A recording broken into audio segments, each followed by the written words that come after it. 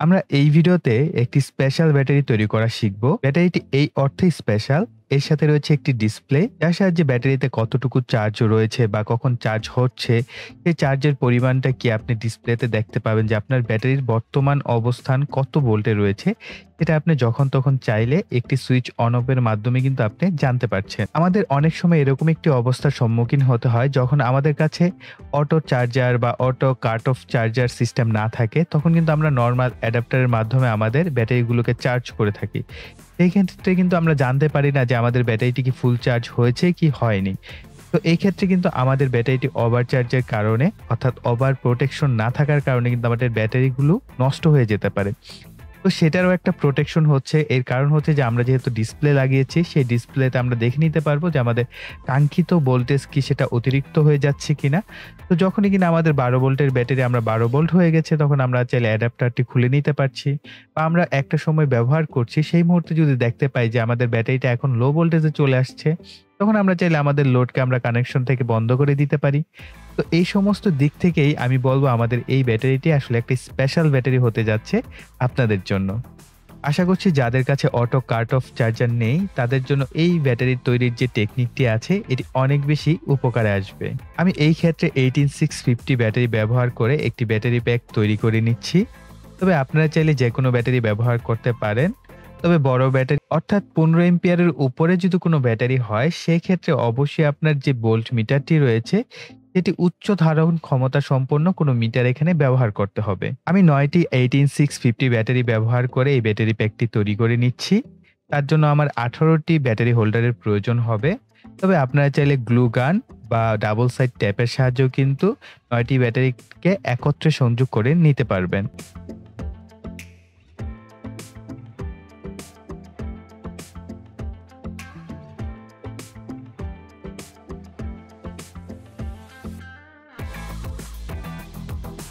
আপনারা এখানে কিছু ব্লক চিত্র দেখতে পাচ্ছেন। আমরা এই ব্লক চিত্র অনুযায়ী হচ্ছে আমাদের যে ব্যাটারিগুলো রয়েছে সেগুলোকে আমরা একে একে সাজিয়ে নিব।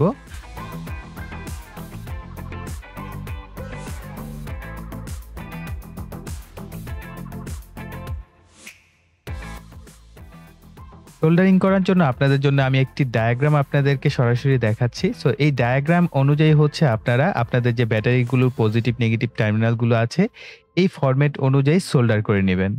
আমিও ঠিক একইভাবে সোল্ডার করে নিচ্ছি।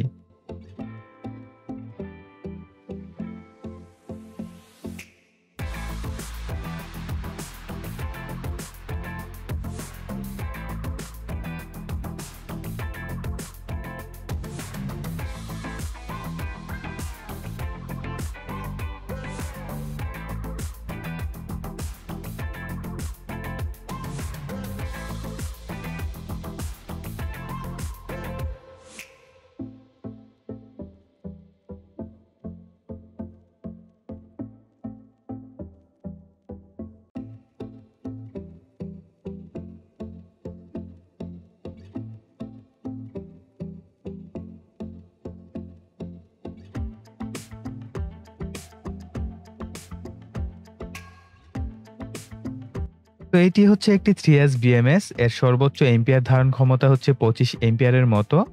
তো আপনারা জানেন BMS কেন ব্যবহার করতে হয়। 18650 ব্যাটারি বা লিথিয়াম আয়ন ব্যাটারি বা লি আয়ন ব্যাটারিগুলোকে যদি আমরা ব্যবহার করতে চাই, সেক্ষেত্রে ওভারচার্জ এবং লো চার্জ প্রোটেকশনের জন্য BMS বা ব্যাটারি ম্যানেজমেন্ট সিস্টেম সার্কিটগুলো ব্যবহার করা হয়ে থাকে।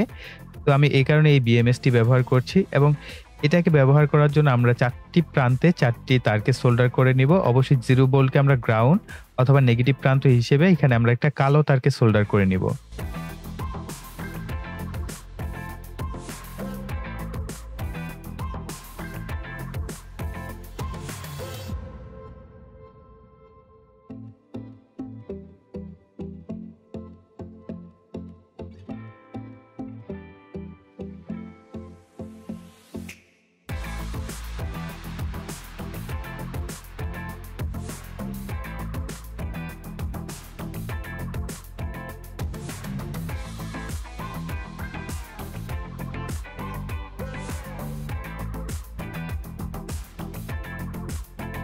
এই BMS টি কানেকশন করা খুবই সহজ।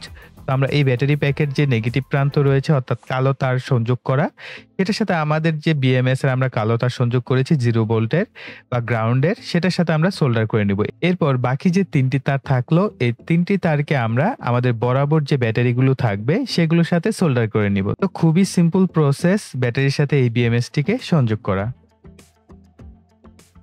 আপনারা যারা আমার ভিডিও রেগুলার দেখেন তারা ভালো করেই জানেন এই বক্সটি কিভাবে তৈরি করা হয়েছে। অবশ্যই PVC পাইপ কেটে দেন আমি এই বক্সটি তৈরি করেছি। তাই আপনাদের যে মূল্যবান সময় আছে সেটা আমি আসলে নষ্ট করতে চাচ্ছিলাম না। তাই আমি বক্সটি পূর্বেই তৈরি করে নিয়েছি এবং এটাকে আমি কালার করে নিয়েছি। তবে আপনাদের জন্য মাপটা আমি বলে দিচ্ছি। বক্সটির উপরের এবং নিচের অংশ দৈর্ঘ্য 3 ইঞ্চি এবং প্রস্থ 3 ইঞ্চি। বক্সটির সামনের এবং পিছনের অংশে দৈর্ঘ্য 3.5 ইঞ্চি এবং প্রস্থ 3 ইঞ্চি।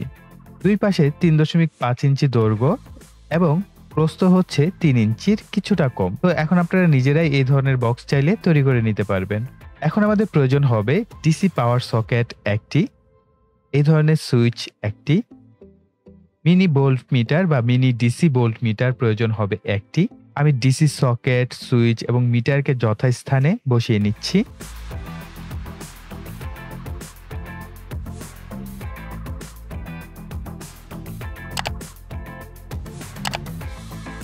সুপার গ্লু ব্যবহার করে শক্তভাবে আমি এদেরকে কেসের সাথে লাগিয়ে নিচ্ছি।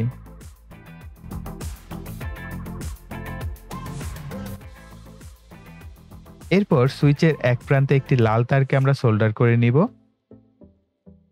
তারটিকে কেটে 2 ভাগে ভাগ করে দেন এইভাবে জোড়া দিয়ে সোল্ডার করে নিব। তারপর সকেটের যে পজিটিভ প্রান্ত আছে সেখানে আমরা এটাকে সোল্ডার করে ফেলব। এরপর মিটারের যে লাল তারটি রয়েছে সেটি সুইচের অবশিষ্ট যে প্রান্তটি আছে সেটার সাথে সোল্ডার করে নিব।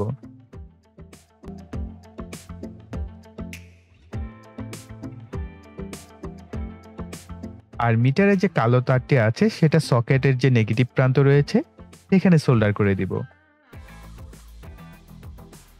আরো একটি তার নিয়ে সকেটের যে নেগেটিভ প্রান্ত আছে সেখানে সোল্ডার করে নিব। এরপর কালো তারটি কালো প্রুবের সাথে, লাল তারটিকে লাল প্রুবের সাথে সোল্ডার করে নিব। বাকি রইল একটা কাজ, সেটা হচ্ছে ব্যাটারির জন্য 2টি তার বের করে নিতে হবে। তাই আমরা লাল যে আমাদের প্রুব আছে এবং কালো প্রুব আছে, এখানে আমরা একটি কালো এবং লাল তারকে এখানে সোল্ডার করে নিব।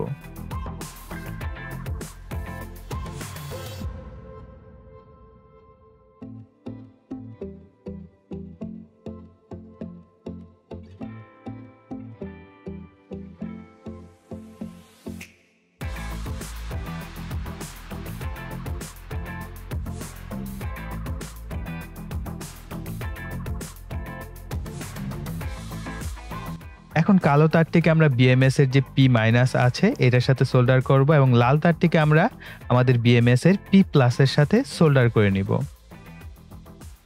একবার চেক করে দেখা যাক কাজ করছে কিনা। হ্যাঁ, কাজ করছে। তো এবার কেসের মধ্যে ব্যাটারি প্যাকটিকে প্রবেশ করাবো।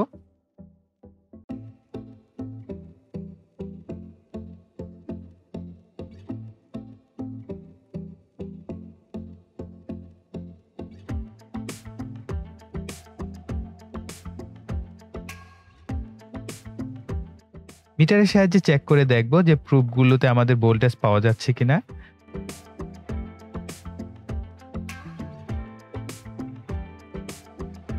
আপনারা দেখতেই পাচ্ছেন ভোল্টেজ কিন্তু পাচ্ছে, অর্থাৎ আমাদের পুরো ব্যাটারি সিস্টেমটাই ঠিকঠাক কাজ করছে।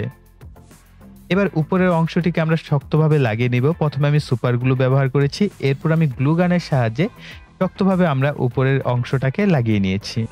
আমাদের স্পেশাল ব্যাটারি তৈরি করা সম্পূর্ণ হয়ে গেছে। এখন বাকি রইল আউটপুট যাচাই করা।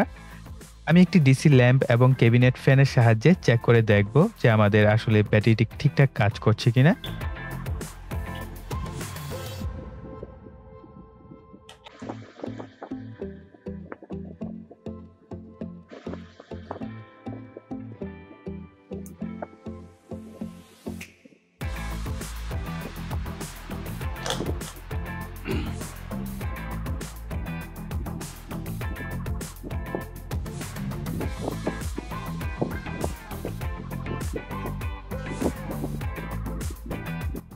তো আপনারা নিজেরাই দেখতে পেলেন যে আমাদের ব্যাটারিটি কিন্তু পারফেক্টলি কাজ করছে এবং ঠিকঠাকভাবেই সমস্ত বিষয়গুলো আমরা আউটপুট পাচ্ছি।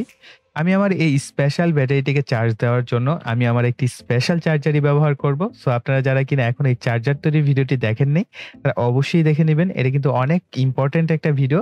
তো ভিডিওর লিংক আমি ভিডিওর ডিসক্রিপশন বক্সে দিয়ে দিব। চাইলে আপনারা সেখান থেকেও দেখতে পারেন অথবা আপনারা একটু খুঁজলেই আমার ভিডিওটি পেয়ে যাবেন। এখন আমি আমার যে চার্জারের ভোল্টেজ আছে সেটাকে 12.6 ভোল্টে সেটআপ করব।